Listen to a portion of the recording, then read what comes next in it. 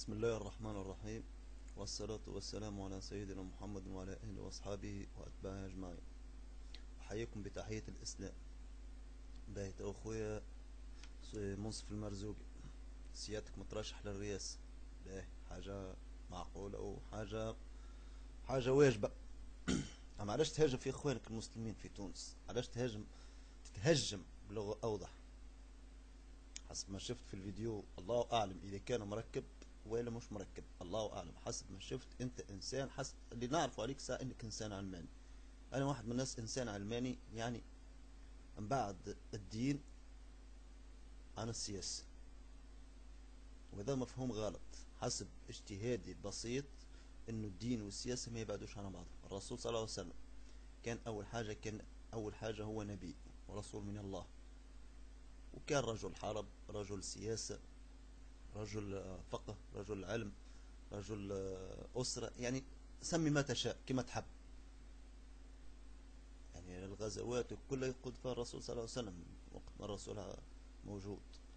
بعد وفاة الرسول كانوا الخلفاء الراشدون وانتم يعني مش ندخل في توضيحات أكثر من هيك. أكيد إخوانك كلها يعرفوا شيء هذا.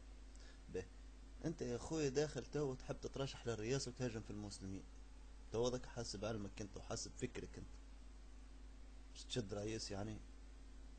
مستحيل. لا مش انا مش نعارضك ولا لا.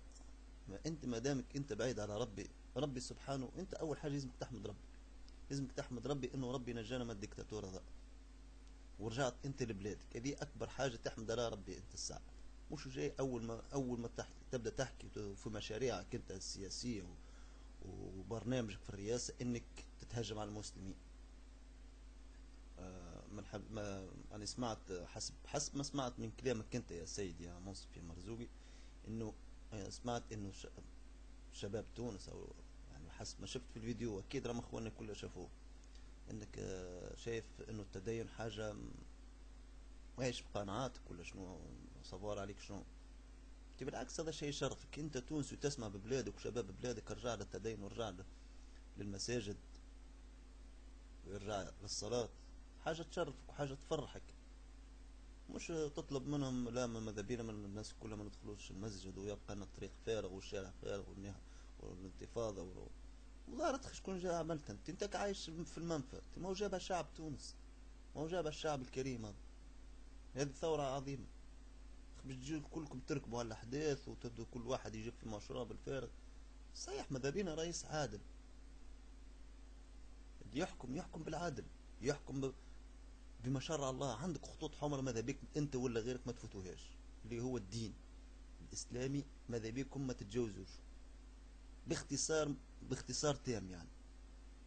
كان وفقك ربي يعني وشديت رئيس في تونس ولا شديت ولي امرنا، ندعو ان شاء الله ربي تكون من خيار اوليان، يعني مش من شرارهم. انت داخل بالشرار متاعك، داخل بالشر متاعك، داخل بمحاربتك ومهاجمتك للمسلمين. انا ما نحبش نحلف لك ولا انك تحاب بالغيب ولا لا.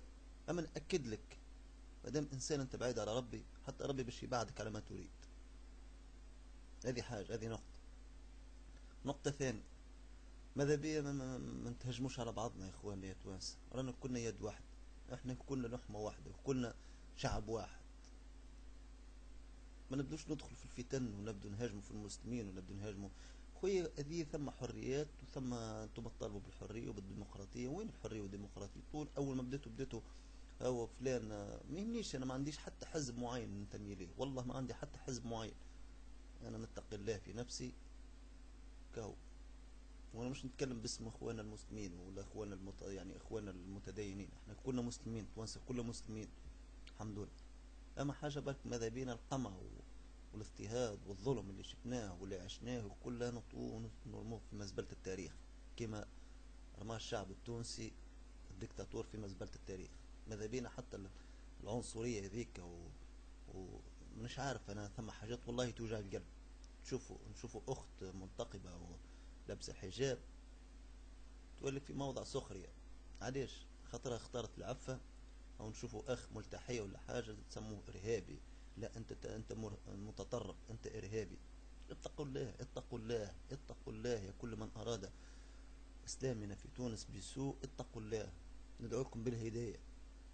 ماذا بينا الناس كلنا نعيشوا خيام فوق في دولة واحدة، وماذا بينا يحكمنا حاكم عادل، مش يجينا من يضطهدنا وشيفنا يعني ويعيفنا في حاجة اسمها حرية. الحرية برشا ناس فهمتها بالمفهوم الخاطئ. الحرية اللي هي تخلي كل إنسان حر في معتقد متاعه. علاش اليهودي والمسيحي يمارس في حريته مطلقة لهنا في تونس، وعلاش المتدين المسلم التونسي يضطهد ويكون في موضع سخرية؟ إن الدين عند الله هو الإسلام. والله يا سي، نرجع للسيد منصف المرزوقي، الله قال ما خلقت الإنس والجن إلا ليعبدون، مش إلا ليتظاهروا ويشدون الشوارع. وهذا فقط يعني ماذا بيا وأوصي نفسي وأوصي إخواننا وأخواني الثبات الثبات الثبات. ونسأل الله الستر والأمان، ونسأل الله الأمن والأمان، ويمن إن شاء الله يا رب يمن علينا ستره وعفو في بلادنا، يحببنا في بعضنا ويقربنا ببعضنا، مش نبعد على بعضنا ونتفرق ونبدو يعني ندخل في متاهات احنا في غنى عنها. والسلام عليكم ورحمة الله وبركاته.